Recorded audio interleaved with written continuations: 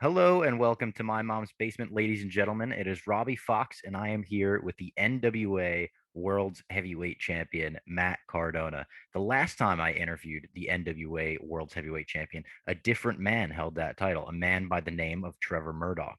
You just beat him at NWA Power Trip. I want to know, after the entire feud, after the match, what did you think of working with him? Talk to me about winning that prestigious title. Well, let me ask you a couple questions first. When you interviewed Trevor, did he have a nice backdrop like this? Was it very professional looking? I hate to speak badly on an interviewee, but he did not have a nice backdrop like that. No, I think Right. a ceiling fan was Was in he the cutting? background. Was he cutting in and out? Was the service good? The Uh, service was okay. It was okay. yeah. Yeah. Okay. Listen. All jokes aside, Trevor is a hell of a competitor. If you saw the match, you'll see that he gets busted open very, very early, and he did not quit. He did not give up. He kept fighting. But I'm always ready, and I would not stop. I kept beating him up, hit him with that radio silence 1, 2, 3, and I am the new NWA World's Heavyweight Champion. Um, it was an incredible night, incredible moment in my career, in my life, to finally, after 19 years in the business, become a world champion, and not just a world champion, the NWA World's Heavyweight Champion. The lineage, the tradition, the history, it's all there. So to be a part of that, it's an honor. Um, the boys in the back were not happy. There No. were no pat in the backs afterwards. There were no high fives, no congrats. Uh, they kind of just cleared out. Um, that's unfortunate, but this is show business, not show friends. Yeah. Speaking of one of the people in the back, what's it like working with Billy Corgan as a kid of the late 80s, early 90s, who probably grew up with him just as the Smashing Pumpkins guy? Now he's actually running the NWA. What's that like? Yeah, I definitely was an MTV kid, of course. Smashing Pumpkins fan, saw the music videos, stuff like that. Grew up on that. So to be, discussing the future of the company with him, the plans for the future, it's pretty surreal. Billy is super passionate about wrestling, super passionate about the NWA, and so am I. I'm not this invader. I'm not this outsider. I'm not trying to kill the NWA. I'm trying to save it. So I think Billy appreciates that. What are the goals for you as NWA champion? And also, like, you're in so many different companies at this point. You're in Impact, GCW, NWA. Do you have different goals for different companies, or is it kind of just an overall, I'm thinking of my roles as Matt Cardona? I have three goals: buzz, money, and gold. Create as much buzz as possible, get as much money as possible, and win as many championships as possible. My goals for this title: listen, Trevor was a great champion, right? Did he go anywhere besides the NWA? Did he wrestle anywhere else? Did he bring that title anywhere else? Did he have a podcast where the title will be in the backdrop at all times every week? No, he didn't. And that's fine.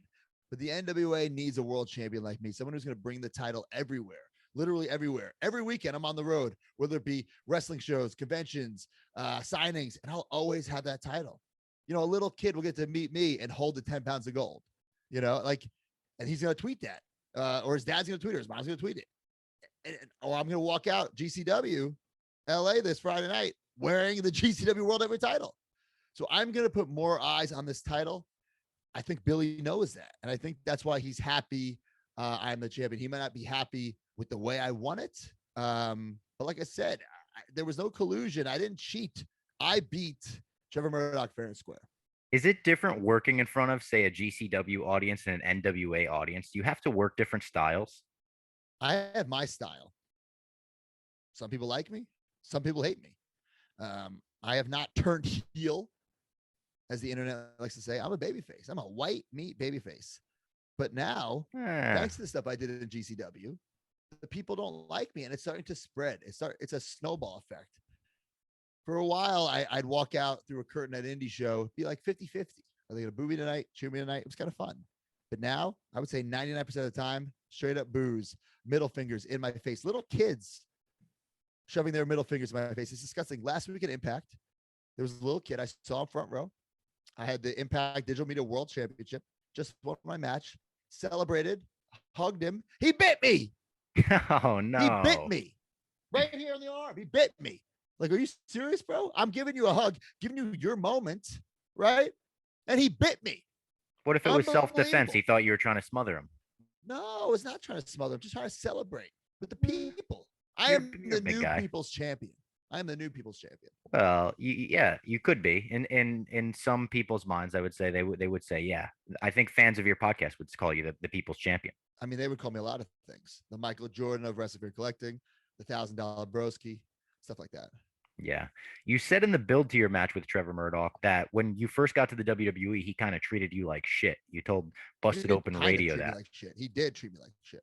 Who were the people in the WWE that were the opposite, that didn't treat you like shit, that treated you and the other rookies really well when you first got into the company? Guys like John Morrison, Yeah. guys like The Miz, who at the time was kicked out of the locker room by guys like Trevor Murdoch. And now look at him.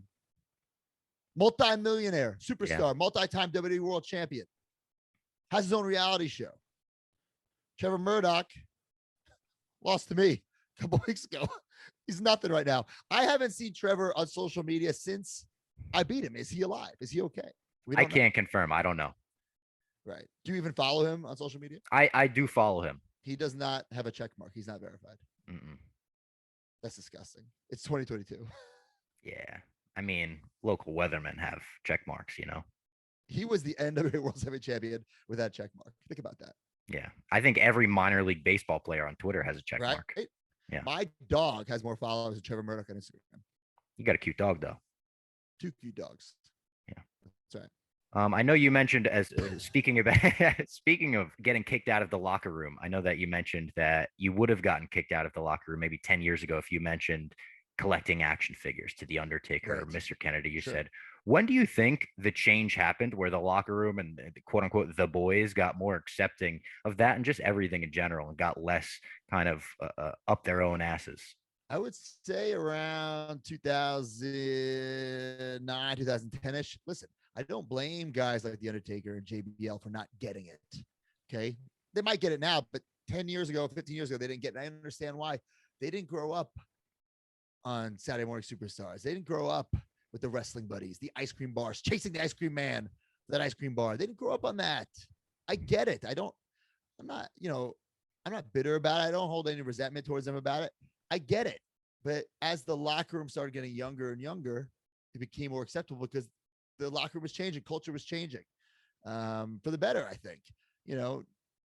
Years ago, you were a nerd if you collected comic books. Now, look, there's these Marvel movies, the highest grossing movies of all time. Yeah. Right. So we're trying to break that stigma with wrestling and wrestling figures specifically. Like, why should you be embarrassed to collect an action figure? If it's now cool to collect a comic book, it should be cool to collect an action figure, in my opinion. I agree. Look at the shelf behind me. I got a ton of them up there. I don't quite see any Matt Cardona or Zack Ryder items up there.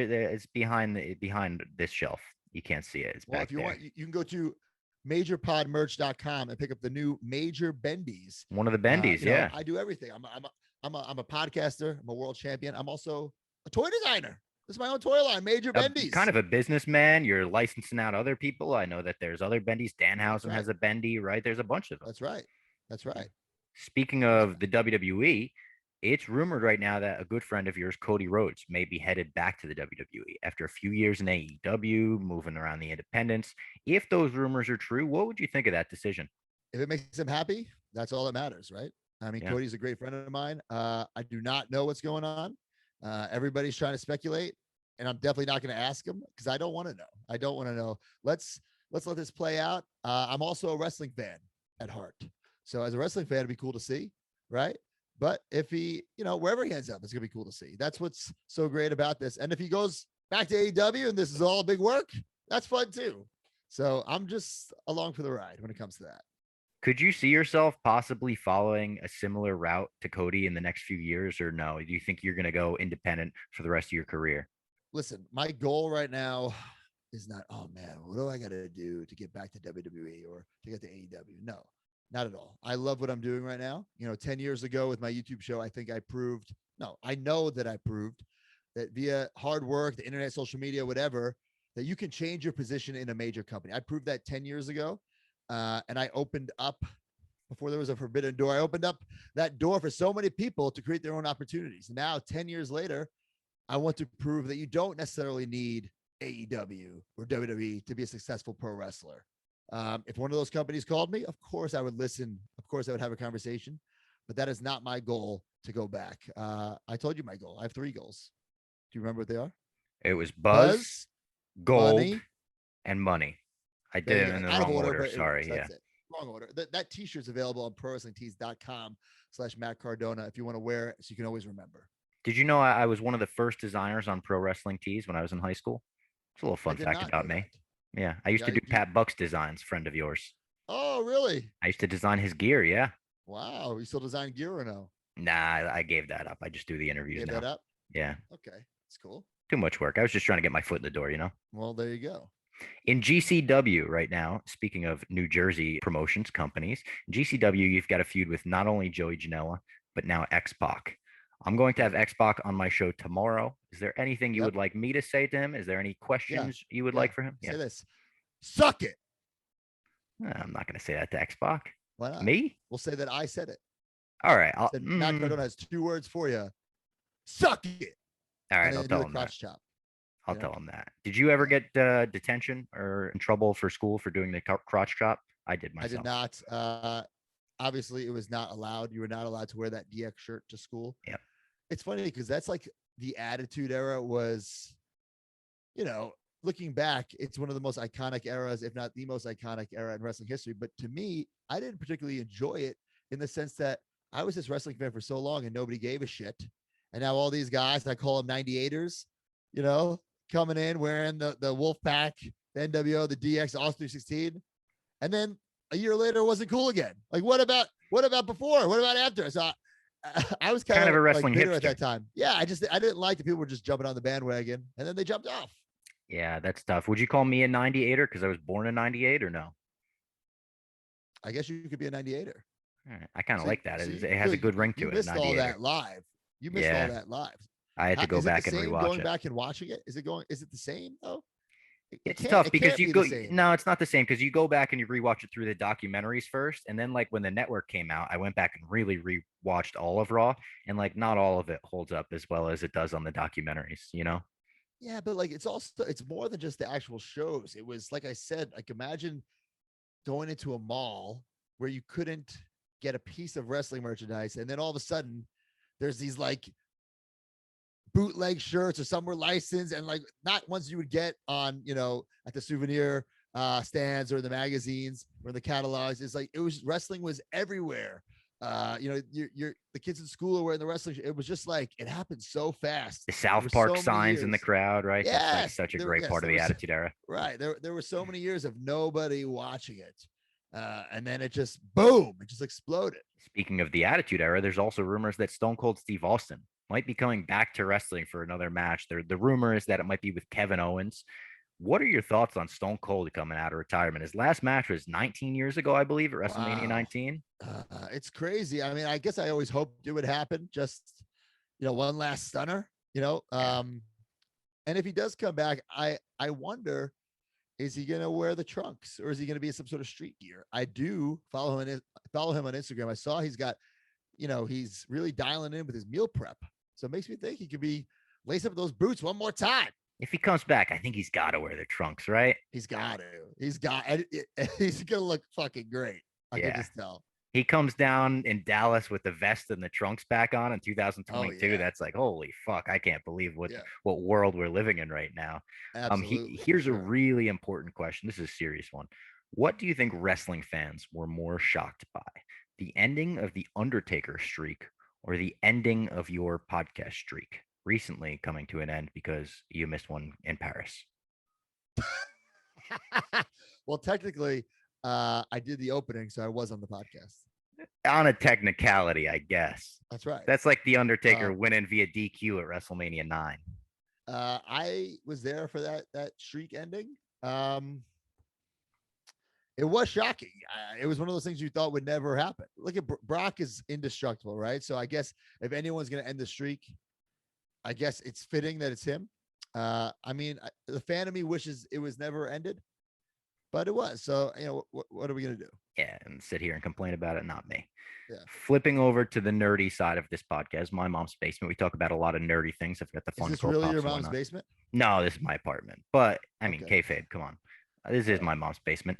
Flipping over to the nerdy side, I know Ghostbusters is near and dear to your heart. And I wanted to know Sure. what you thought about Ghostbusters Afterlife. I was a fan, but I didn't grow up with Ghostbusters in the same way that you did. I liked it. I liked it a lot. Did I love it? I don't know. I'm not like I've only seen it the one time. I saw it opening night. I enjoyed it. I thought it paid, respect and tribute to the original franchise, and also created a, it set up possible movies, a possible new era of Ghostbusters. So I think it did its part. Do you like reboots in general, like the culture of reboots? In the sense, like if it's just like a straight up like re-release, like remake, no. But if this is like a continuation of the original, then I dig it. Yeah. Is It's there not like anything they else? remade it. True. No, it's like a sequel. Star Wars. Yeah. I'm a huge Star Wars guy. Yeah. Yeah. So like to get episode 7 was like mind blowing. We didn't think we'd ever get that. And now look, we have goddamn TV shows. Yeah. Is there anything else from your childhood that you would like to see rebooted in the similar way that Ghostbusters was, and in that it's a continuation or just bringing it back into the pop culture limelight? There's one of my favorite movies of all time. It's called The Monster Squad. Gets no love. Came out in the 80s. It's about a group of kids who are a monster squad, and they hunt down the monsters who are coming. And I loved it. I thought it was so cool. And even now watching it back, I think it really holds up. I would love for them to do a sequel where like their kids are the new monster squad kind of deal. I Yep. would not want like a remake, if that makes sense. Yeah. I'd want You don't the like the original straight characters. remakes. You like No, let's not a fan of consider this. the original canon still and just like work Yes. from it. Yeah. Right, exactly. I like that. Are you excited for the new Seth Rogen Ninja Turtles movie? I know you're also a big Turtles fan. No, I'm not. You're not. Why not? I'm not a big animation guy. It's You're animated, not. correct? Yeah, it's animated. I'm not. I'm not. Why not? You just can't get into it? Where you were obviously into Can't re- cartoons as a kid. Yeah, but I just can't really get it. I would love a nice live action turtles like with the Jim Henson suits, not Yeah. the CGI Michael Bay ones. You don't like the Seamus ones? I did not enjoy those movies one bit. No. Yeah, they were tough. I'm Megan not Fox a was in them though. CGI fan when things could be done. So, listen, some things need to be done CGI. I get it. Mhm. They proved in 1990 you can make these realistic looking turtles. Yeah. And that was 1990. It still holds up. You're telling me in 2022 they can't figure it out? Give me a break. Are you a Turtles in Time guy? Do you like that movie? The third one? Yeah. No, I don't like it. But I Okay. consider it part of the franchise for sure. Yeah, of course. Of course. I was just making Yeah, sure. like if I they love make, Secret of the Ooze, but Turtles, the third one. Yeah, like if NECA, for instance, makes the third movie into figures, I'll have to buy them. But if they start making some of these cartoons and reboots, then I won't do it. Are you, when it comes to figures, you're a completionist? Is that the term? You have to have the entire set? No. No. Well, it depends what it is. In regards to Ghostbusters or Turtles or Star Wars, no, because there's just too many. Even the current wrestling products, it's way too many. But if it's like a particular line, like the WWF Hasbro line that was around in the early to mid 90s, yes, I have everything. Including the Greg the Hammer Valentine Rhythm and Blues Holy Grail That's right. Spectacular. Is there yeah. anything? Is there anything other than that you would consider a Holy Grail at this point? There's been rumors that there was it's not rumors, it was supposed to happen. There's going to be a final set that never came out. It was supposed to have Diesel, Jeff Jarrett, Men on a Mission. I was able to track down the drawing for Diesel because back in the day it wasn't done on computers, it was hand drawn, colored in with, I got the drawing and I was able to get the sculpted molded head. So I wonder if there's a fully painted prototype out there. That would be my holy grail, but I don't even know if it exists. Do you think you have like the largest WWF Hasbro collection in the world? Maybe not in terms of like duplicates, but you have all of them, correct? Yeah, I have all of them. I have them all out of the package. I have them all in the package, and then I have some of the prototypes. I'd say I'm definitely top 5 for sure. Were you into the 90s superhero shows at all? That's kind I of was not. aside from wrestling. You were never into the X-Men shows, never into the Spider-Man I was shows. never really a superhero person. Like I read the comics. I shouldn't even say read the comics. I had comic books. Yeah. I, but I listen. I'll see a cool Marvel movie. I saw the latest Spider-Man. I dig it, but I'm not really into it. Not really my thing. All right, fair enough. You got enough things on your plate where you Too like many enough things where, things. yeah, it's too I'm a many. busy man. Too much for the brain to handle. I know you also do a Disney podcast with Chelsea. And I wanted to I ask you, did did. you see? Unfortunately, that one it's on a hiatus. All right, Is what I will fair say. enough. But you're a Yeah, Disney expert, Disney connoisseur, I would say. Did you see big Dave theme park Portnoy guy. from Barstool Sports went to Disney with the intention of going to Star Wars Land? Big I did Star see Wars guy. this. I And saw he just went on this. Star Tours. He thought that was Star Wars Land, and he left. He was actually not even on Star Tours. The picture he posted was in front of the launch bay where you Yeah. meet Darth Vader. He did. Yeah. Well, he went on Star Tours and he texted me. He said, I just went on Rise of the Resistance. It was the greatest ride of all time. And he thought Star Tours was that. He thought, yeah. So we're actually going back now because he missed out on it. I've never been myself. So I was like, oh my God, Right. I would love to go. I'm a big Star Wars nerd. So I was like, can we go back? He said, yes. What are the Disney musts? And also, is it possible to just miss Star Wars Land if you go with the intention of seeing it? Absolutely. It is actually. Yes, It's for hidden. sure. You would say that like he was right in missing it, or not right in missing it, but it was I understandable. could understand. I could understand. Yeah, because it doesn't say, welcome to Galaxy's Edge. Welcome to Star Wars Land. You would imagine they want to put it out there like No, that. because it's the way it is. It's like you have to go through this little like tunnel where they want it to seem like it's not part of the theme park.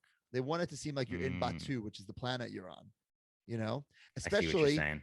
and it doesn't quite make sense because you see the Star Tours, the ride he went on, and there's the big AT-AT, there's a big setup, the Ewok village. All right, this is it. Yeah, it looks pretty cool. And I actually love Star Tours. It's, you know, it's dated in the sense that it's been around since I think like the late 80s. Yeah. They've updated the video and stuff like that. It's a really good ride. Galaxy's Edge, there's two attractions in there. One is Rise of the Resistance, which I think is the absolute best. The other one is called what is the other one? Smuggler's Run, and you're Millennium inside Falcon the Millennium one. Falcon. Yeah. I think that ride sucks. Oh, It's really? horrible. You just broke I my think heart. sucks. I think the queue, as they call it, the line is really cool. I think obviously walking up seeing the Millennium Falcon's cool. You actually get to stand in it. That's fucking cool. You sit in the cockpit. That's fucking cool. And then the ride starts. It's like a bad wrestling match. You get the build up, the hype, and then the bell rings. It's one of those. In my opinion, I don't like it. I prefer Star Tours over Smuggler's Run any day of the week. Every time I'll go to Hollywood Studios, I would say 10 out of 10 times I would do Star Tours. I would only do Smuggler's Run if there was like a 0-minute wait or someone I was with hadn't done it before. That's how much I don't like it. What are your Disney musts? What are your things where you're like, oh my God, if you're going for the first time, you got to do this or you got to try this? It's a loaded question. I mean, how long are you going for? Let's say I'm going for 2 or 3 days. Okay, well, there's 4 parks there. There's a Magic Kingdom, Epcot, Hollywood Studios, Animal Kingdom. In Animal Kingdom, you got to do the Pandora, like the Avatar ride. There's 2 Oh, there. yeah. One of them sucks, but shouldn't say sucks. One of them is like a little like slow boat ride, and one is you're on the back of a Banshee. It's pretty incredible. You got to do that. Hollywood Studios, I would recommend Tower of Terror is a must do. The Rise of the Resistance. Is Tower of Terror not Epcot, there anymore though? Aren't they replacing it with like Guardians of the Galaxy's ride? That's Disneyland. Oh, gotcha. Disneyland, California. Gotcha. Magic Kingdom. Listen, Magic Kingdom is great in the sense that I feel like if you grew up going to those parks, it's a very nostalgic park. But if you go do Rise of the Resistance and then go do this Avatar ride, and then you go and you ride Pirates of the Caribbean for the first time, you're like, what the fuck is this? You know what I'm saying? It's like, it doesn't really hold up. Space Mountain is a must do, but even so, it's not like this intense coaster. It was in the 70s when they built it, and then Epcot has some cool stuff. I don't know if you're a big consumer of alcohol, but you can go around the world and drink from every country. Yep. I think that's a must do. What's the best country? Is there like one alcohol that's the best? Oh, I mean, I love the tequila in Mexico for sure. Oh, there you go. Yeah. There's a nice little tequila bar in there, La Cava del Tequila. Beautiful. All right, those are some good like Disney things. I'm gonna try to hit those when we I go in saw I April. saw Dave. I don't know how close you are with him, but I saw him posting all these pictures. I'm like, you're doing it all wrong. I would Yeah, have given him some advice. yeah, we're gonna need you to give some advice. Yeah. Tell him if you need me to come along and be the tour guide, because I know the VIP tour guide's a couple $1,000. I'll do it for free. Oh, that might be the way to do it. Yeah. Yeah. Matt Well, I mean, Cardona VIP tour guide. yeah, I mean, maybe buy my drinks and my food, Yeah, you know, it but wouldn't be free. yeah, Yeah, not free. I'm not a you know how mark. much You know that what I'm dude's saying? worth here. Yeah, it's on his tab. Yeah, Trust me. Yeah. oh yeah. And he doesn't even have to buy me tickets because I'm an annual pass holder. And fuck, you gotta make sure he knows about the reservations this time. He almost didn't get in. I know. Yeah, he did. Yeah, that was a whole thing. He had to. Yeah. Unbelievable. Disney is harder than it seems. I think you're a Disney guy. I think the It outside Disney really people, is. it's complicated. Yeah. It's complicated for sure. All right, Matt. I really appreciate the time. I appreciate you joining the show today to talk about the NWA, talk about things even outside of the NWA. And I'm looking forward to your future in 2022. I think you're going to have an even bigger year than last year, and that's saying a lot. I mean, I agree. It's only February and the Crockett Cup coming up. Nick Aldis, this guy, like, oh my God, he just the jealousy just like oozes out of his pores. It's unbelievable. It's like I've never met somebody more jealous in my life. As soon as I win the title, I can't even celebrate. My good friend VSK comes all the way from Long Island. Mike Knox, Chelsea Green. We're trying to celebrate. Out comes Nick Aldis in his suit that he probably got at Kohl's or something like that, right? He tries to be all Whoa, fancy. I got my suit at Yeah. Kohl's. No. Nothing wrong with that. Nothing wrong with that. He claims he's the real world's champion getting suits at Kohl's. Comes out there, talks his big game. He challenges me for the title. My question is, why didn't he use his rematch against Trevor? My question is, are you not a Kohl's Cash guy? I don't even know what Kohl's Cash is, so the answer to that is no. The answer to that is no. But Nick chose me because he understands this business. He knows that people will know who Nick Aldis is if he wrestles me. If my name is next to him on the marquee, on the graphic, on the poster. So I get it. I get what he's trying to do. He's trying to capitalize off my buzz, right? He's listening to my 3 commandments, right? My 3 goals: buzz, money, gold. He's trying to get buzz, and he will. And I'm sure Billy's going to pay him well. He'll get money, but he's not going to get the gold. Sorry, Nick. Damn, we're going to have to tune in to find out. Sorry, Nick. I'm going to speak with Nick soon, and I'm going to have to relay some of those messages as well. You can tell him everything I said. All right. I'm going to do it. I'm going to do it. I'm going to spark the fire, make that match a grudge match. I wonder what his backdrop looks like. He probably has a nice one. He probably has some like mahogany wood behind him or something. It's probably all pictures of him because he is an egomaniac. He might be one of those green screen background guys that has like a fake fireplace behind him. Or just like a fake like wall of a collage of him or something. Maybe, yeah. Well, yeah. I mean, your background is kind of a collage of you in a way, right? What are you talking about? I have some the major pod title over there, the NWA title. I have some action figures. A lot of stuff with you on it, yeah. This is called promotion. You saw something that's for sale or has been for sale. It's promotion, baby. There's a difference. And Matt, you are the best at promotion. So, like I said, I appreciate the time. I will catch you on the flip side. All right. See you later, dude.